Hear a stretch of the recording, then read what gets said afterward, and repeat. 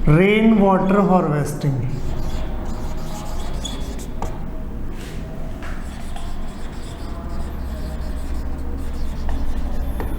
Rain water harvesting.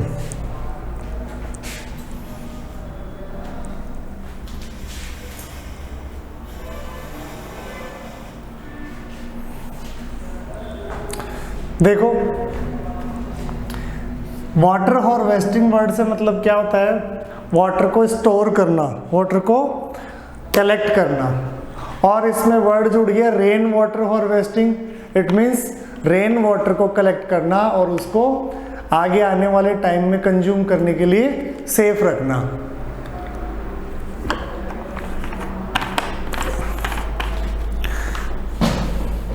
कोई नई चीज नहीं है ये। तो इसकी अगर अपने से कोई डिफाइन पूछे कि what is rain water harvesting, तो क्या लिखेंगे हम? Collecting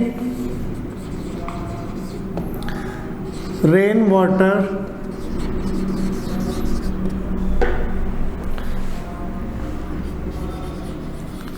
through various sources and keep them safe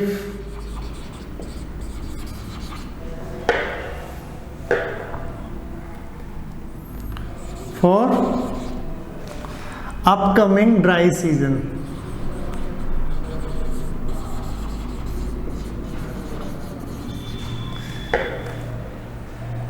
ये क्या हो गई इसकी डिफाइन कि रेन वाटर को क्या करना? कलेक्ट करना अलग अलग सोर्सेज के थ्रू। चाहे तो हम उसको क्या करें, चाहे तो हम क्या कर सकते हैं, उसको किसी टैंक में स्टोर कर सकते हैं, या पुराने जो यूजलेस ट्यूबवेल्स वेल्स हैं जिनमें भी क्या कर सकते हैं, हम उनको कलेक्ट कर सकते हैं। जिससे क्या होगा, आपको पानी वैसे डायरेक्ट नहीं मिलेगा, लेकिन आपके आसपास के एरिया का अंडरग्राउंड वाटर लेवल क्या हो जाएगा? हाई हो जाएगा।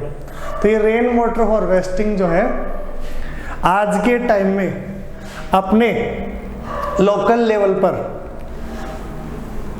जो वाटर स्कैर्सिटी है उस प्रॉब्लम को सॉल्व करने का सबसे इजी, सबसे कन्वीनियंट तरीका है, सबसे सुविधाजनक तरीका है कि हम रेन वाटर को क्या करें? हार्वेस्ट करें, उसको बचाएं। अब देखो,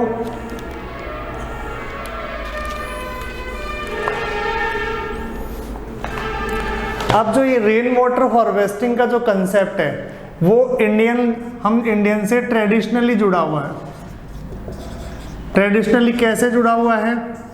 देखो, हमारे रूलर्स, एंशिएंट जो रूलर्स थे, उन्होंने अलग अलग तरह की वाटर स्ट्रक्चर्स बनाई रेन वाटर को कलेक्ट करने के लिए।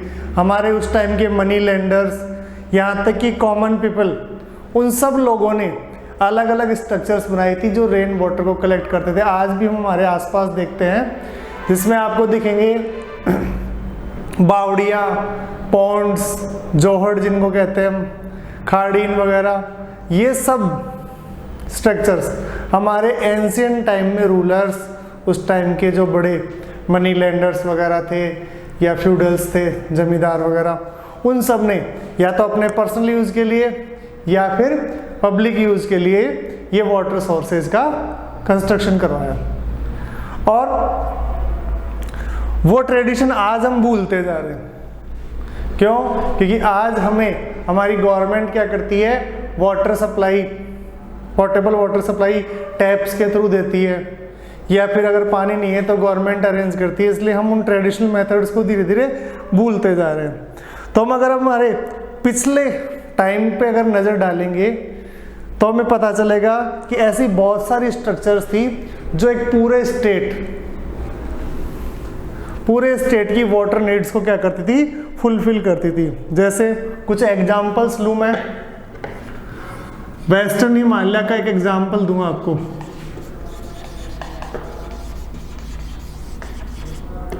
वेस्टर्न हिमालय में वहाँ के जो लोग हैं वो क्या बनाते थे? गुल और कुल। गुल और कुल क्या होता था? गुल और कुल, ये लोग क्या करते थे? माउंटेन स्लोप्स के पास में जहाँ से पानी आता था उसके आगे सर्कुलर पॉन्ड्स बना लेते थे इस तरीके के। और उन पॉन्ड्स में पानी जब कलेक्ट हो जाता था बारिश का पानी कलेक्ट होने के बाद में जब ड्राई सीजन आता था, उस ड्राई सीजन में इस बारिश के पानी को फिर उससे इस तरीके से छोटी छोटी डिस्ट्रीब्यूटरीज निकालकर और फिर उसको यूज करते थे। तो इनको गुल या कुल कहा जाता था और वो आज भी यूज किए जाते हैं। बीच में लोग भूल गए थे, लेकिन अब वापस धीरे धीरे हिमालयन रीजन में ये गुल और कुल बनाने के काम फिर से शुरू हुए हैं। और अगर एग्जांपल्स देखें हम, एक एग्जांपल दिया हुआ है आपके बंगाल से। बंगाल के जो फ्लड प्लेन्स हैं,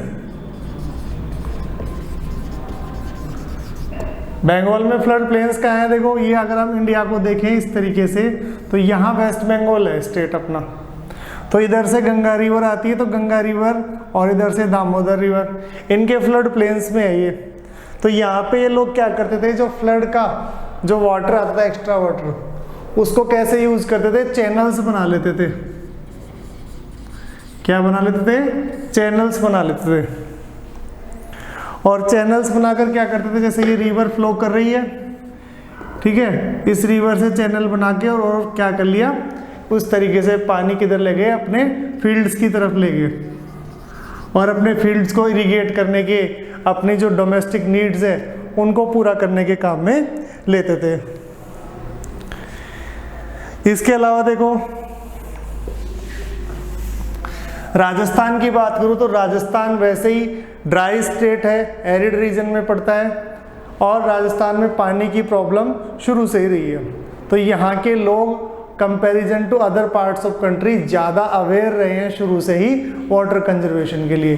तो अलग अलग तरह की यहाँ पे आपको स्ट्रक्चर देखने को मिलेगी। यहाँ पे आपको स्टेप वेल्स यानी बावड़ियाँ भी मिलेंगी, यहाँ पे आपको लेक्स भी मिलेंगी, यहाँ पे आपको खाड़ीन, जोहड़, पॉन्ड्स, ठीक है, बेरी, मतलब कई तरह की स्ट्रक्चर्स आपको मिलेंगी जो वाटर हार्वेस्टिंग के काम में आती हैं। जैसे एग्जाम्पल दूँ जैसलमेर में, ये एग्जाम्पल राजस्थान का है, राजस्थान के arid and semi arid regions के लिए है।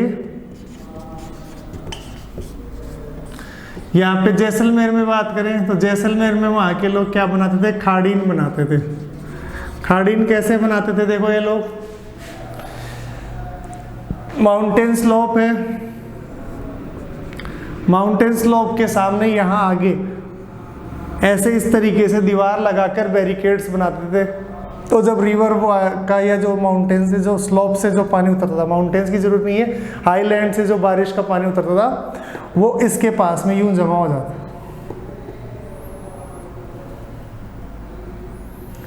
और ये पूरा भर जाता।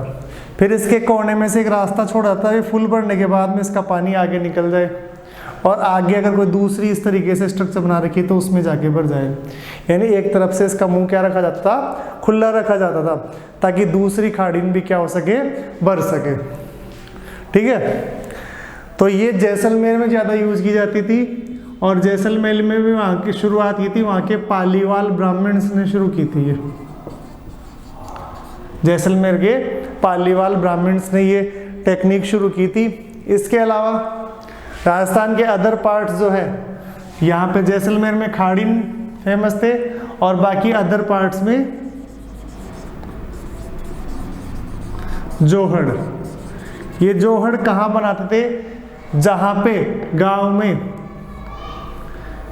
कोई लो लैंड हो, जहाँ पे सारा बारिश का पानी जिस डायरेक्शन में जाता हो उधर की तरफ, या तो ये नेचुरली बने हुए होते थे या फिर इनको आर्टिफिशियली डिग करके खोद के और फिर यहाँ पे एक स्ट्रक्चर बनाए थे जिसमें गांव का पूरा पानी, ठीक है, हर डायरेक्शन से आकर क्या हो जाता था, इकट्ठा हो जाता था। फिर इसको पूरे साल भर ये लोग इसके वाटर को पूरे साल भर ये लोग यूज करते थे।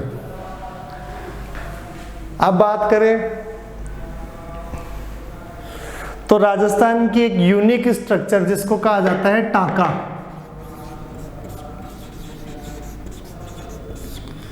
ये अपने राजस्थान के डेजर्ट की एक यूनिक स्ट्रक्चर है जिसको हम कहते हैं टाका।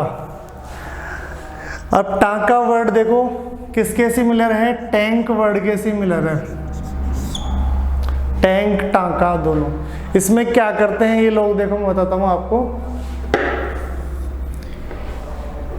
अपने घर में नीचे की तरफ फर्श पे इस तरीके से बड़े बड़े टैंक्स बना लेते हैं लोग। घर के बाहर भी बना लेते हैं और पहले के टाइम पे घर के अंदर भी बना लेते थे। इतने बड़े बड़े ऐसे टैंक्स बना लेते थे। फिर इन टैंक्स को क्या करते थे, जैसे ये घर की छत है, छत के जो पाइप्स होते थे उन पाइप्स को इन टैंक से जोड़ देते थे। और जब बारिश का पानी इन स्लोपिंग रूफ्स के ऊपर गिरता तब इन पाइप्स के थ्रू ये पानी बहकर किस में इकट्ठा हो जाता था, इस टैंक में इकट्ठा हो जाता था। और इस टैंक के यहाँ पे मुंह पे कुछ इस तरीके की स्ट्रक्चर बना के रखते हैं। टैंक में जाने से पहले, जैसे मान लो ये टैंक है, उसमें जाने से पहले यहाँ पे कुछ इस तरीके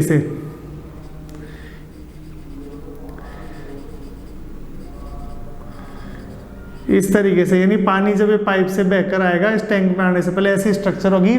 और इस स्ट्रक्चर में यहाँ पे सैंड वगैरह ये लोग डाल के रखते थे। क्यों डाल के रखते थे? जब पानी सैंड में से होता हुआ इस टैंक में जाएगा तो फिल्टर होते हुए जाएगा। तो ऐसे इतने बड़े एरिया में एक सीमेंट या चूने से स्ट्रक्चर बना के और उसमें क्या डाल देते थे, सैंड और जो छोटे छोटे, जिनको क्या कहते हैं अपन, जो ग्रेन्यूल्स होते हैं छोटे छोटे सैंड के साथ में, वो भी खेर देते थे, जिससे कि जब वाटर इसके थ्रू पास हो जाता तो पास होने से पहले फिल्टर होकर फिर उस टैंक के अंदर जाता था। आज भी ये स्ट्रक्चर यूज करते हैं लोग, लेकिन आज इसका यूज कम हो गया। क्यों हो गया वो आगे बात करेंगे हम। कई बार क्या करते थे, ये घर से बाहर बनाते थे, घर के अंदर भी, घर के किसी रूम के नीचे, रूम की फर्श के नीचे ऐसे टैंक बना देते थे और उसके जस्ट ऊपर क्या होता था, कोई कमरा, या उसके जस्ट पास में कोई कमरा बना देते थे नीचे बेसमेंट जैसे, जिससे क्या रहता था उस रूम का टेम्परेचर डेजर्ट में होने के बावजूद भी बाहर के टेम्परेचर से कम रहने, रूम ठंडा रहता था। और इतने बड़े बड़े टैंक हुआ करते थे कई कई घरों में। तो जोधपुर में एक जगह है फलौदी, जोधपुर में एक जगह है फलौदी,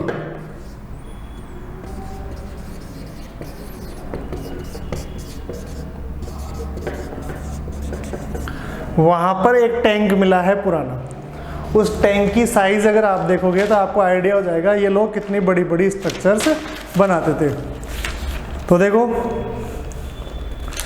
ये जो टैंक मिला है उसकी डेप्थ कितनी है, 6.1 मीटर, यानी 20 फीट से भी ज़्यादा डेप्थ मिली है उसकी। और लेंथ अगर उसकी देखोगे 4.27 मीटर, और विड्थ अगर उसकी आप देखोगे तो विड्थ आपको उसकी मिलेगी 2.44 मीटर। अब आप ये मान के चलो कि ये टैंक इजीली 50,000 लीटर पानी इजीली क्या कर सकता है, स्टोर कर सकता है। और 50,000 लीटर पानी एक 5 मेंबर्स की फैमिली के लिए 8 से 10 महीने का वाटर है, 8 से 10 महीने तक चल सकता है अगर वो फुल हो जाए तो इतनी बड़ी बड़ी साइज के भी यहाँ पे टैंक्स मिलते हैं। लेकिन देखो इसको अपना फॉर्चून कहें, अपना भाग्य कहें, दुर्भाग्य कहें, अब धीरे धीरे जो ट्रेडिशनल वाटर कंजर्वेशन मेथड थे वो डेजर्ट से धीरे धीरे क्या हो गए, खत्म हो गए। क्यों हो गए? क्योंकि डेजर्ट के अंदर गवर्नमेंट ने एक स्कीम लॉन्च की और उस स्कीम का नाम था इंदिरा गांधी कैनाल। सबको पता है ये। अगर हम डेजर्ट में देखें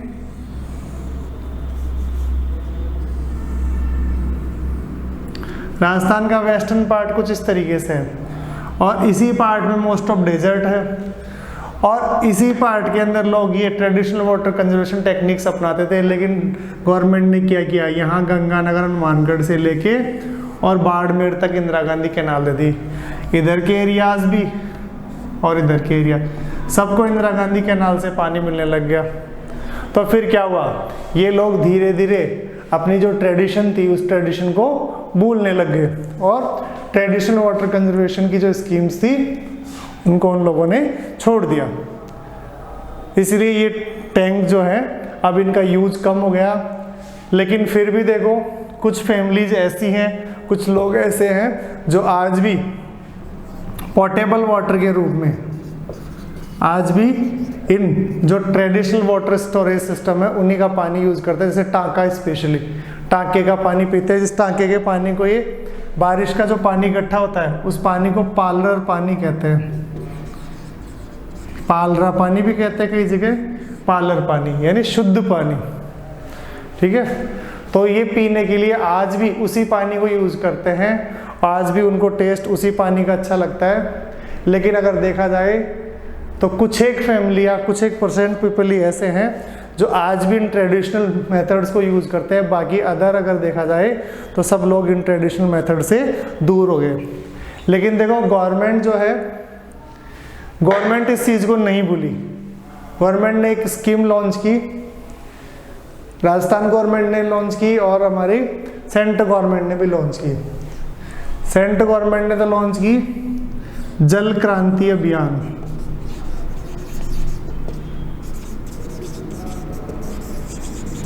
और हमारी स्टेट गवर्नमेंट, राजस्थान की स्टेट गवर्नमेंट ने chief minister water self help scheme, या इसको हिंदी में नाम दिया मुख्यमंत्री जल स्वावलंबन योजना।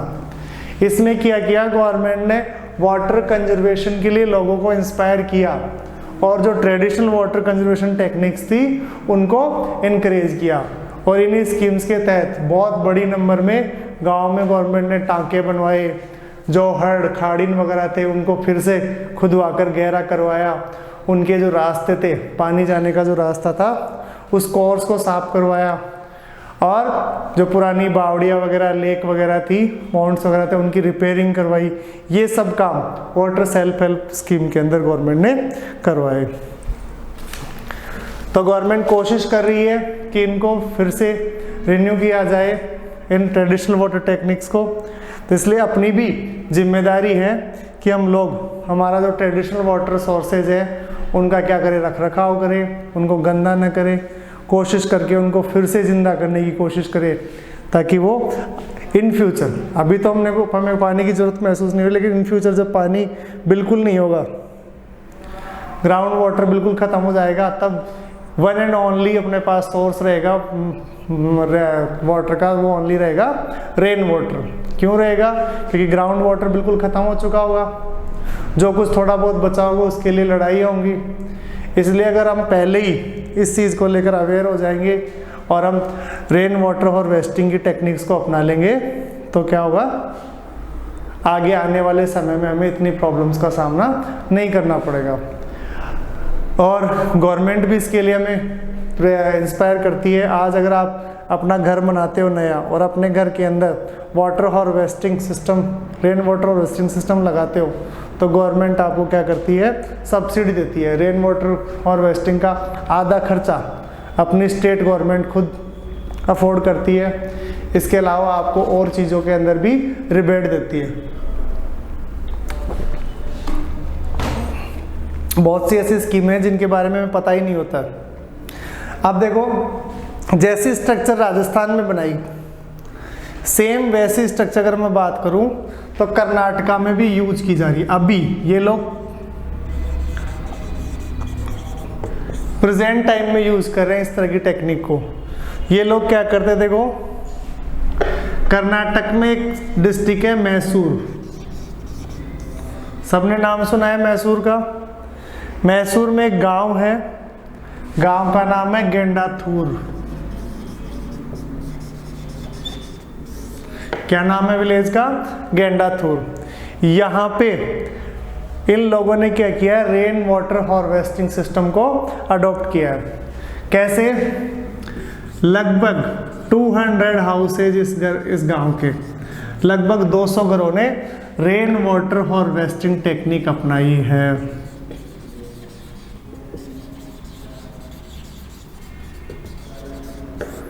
रेन वाटर हार्वेस्टिंग टेक्निक बनाई है, जिसमें क्या करते हैं लोग, वही स्लोपिंग जो रूफ्स होती हैं घरों की, उनको पाइप से जोड़कर और उन पे गिरने वाले बारिश के पानी को ये लोग टैंक्स में क्या कर लेते हैं, इकट्ठा कर लेते हैं। अंडरग्राउंड टैंक्स होते हैं, उन अंडरग्राउंड टैंक्स में ये लोग उसको इकट्ठा कर लेते हैं।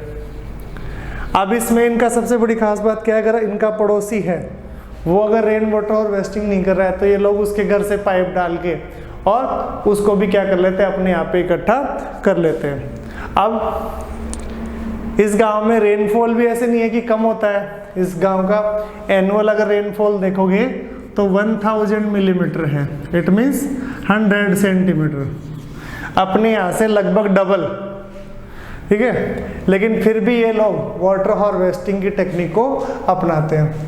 तो एक घर में जो टैंक बना हुआ है उसकी कैपेसिटी लगभग 50,000 लीटर पानी स्टोर करने की होती है। ये सिर्फ एक घर की बात है। और अगर यही टेक्निक अगर ये 200 हाउसेज की अगर आप देखोगे तो कितनी हो गई,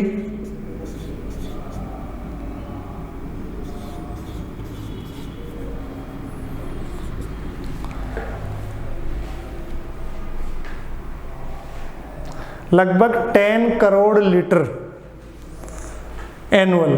कितने घरों से? ओनली 200 हाउसेस से।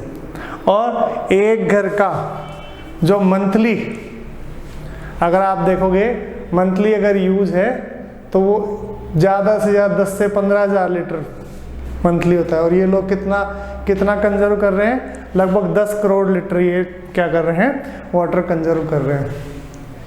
इसके अलावा बहुत सारे एग्जाम्पल्स मैं आपको दे सकता हूँ।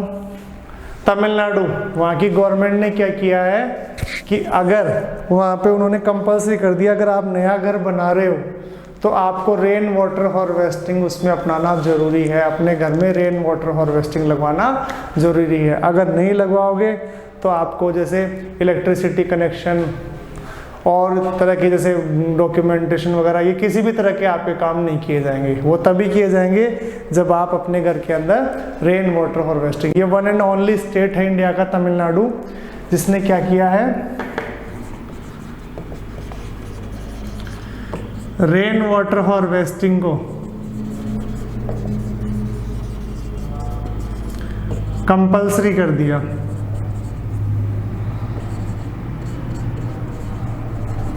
आप जब भी नया घर बनाओगे तो आपको रेन वाटर हार्वेस्टिंग करवाना ज़रूरी है। ये तमिलनाडु की गवर्नमेंट ने किया है। और भी एग्जाम्पल दूँ मैं आपको,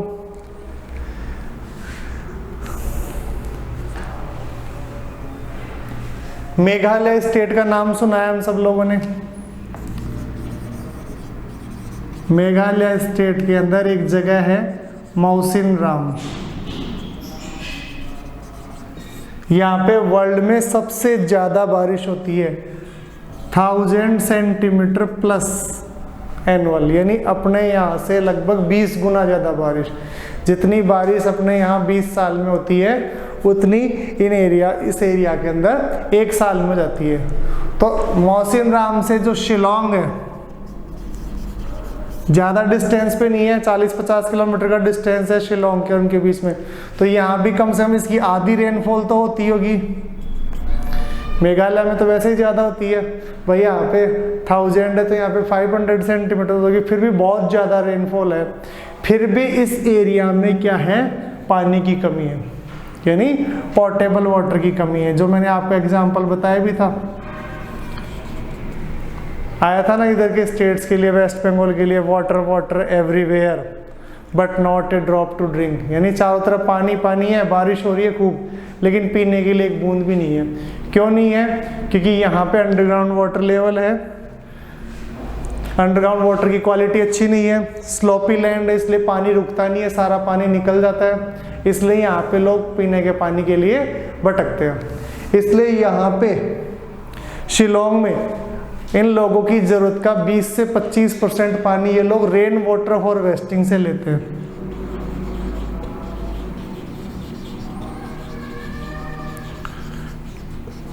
अपनी ज़रूरत का 20 से 25% पानी रेन वाटर हार्वेस्टिंग से लेते हैं, बरसात का पानी इकट्ठा करके लेते हैं। ये उस जगह की बात बता रहा हूँ जहाँ पे वर्ल्ड में सबसे ज़्यादा बारिश होती हो, उन एरियाज में से एक एरिया जहाँ पे अपनी ज़रूरत का 1/4 पानी वो लोग रेन वाटर अपने घरों में कलेक्ट करके फिर काम करें।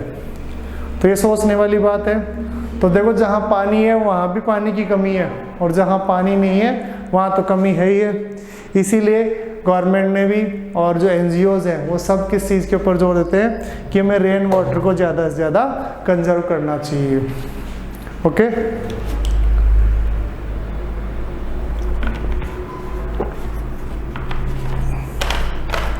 अब आपके चैप्टर में सिर्फ 2-4 एग्जाम्पल्स बचे हैं और ये चैप्टर फिर कंप्लीट हो जाएगा।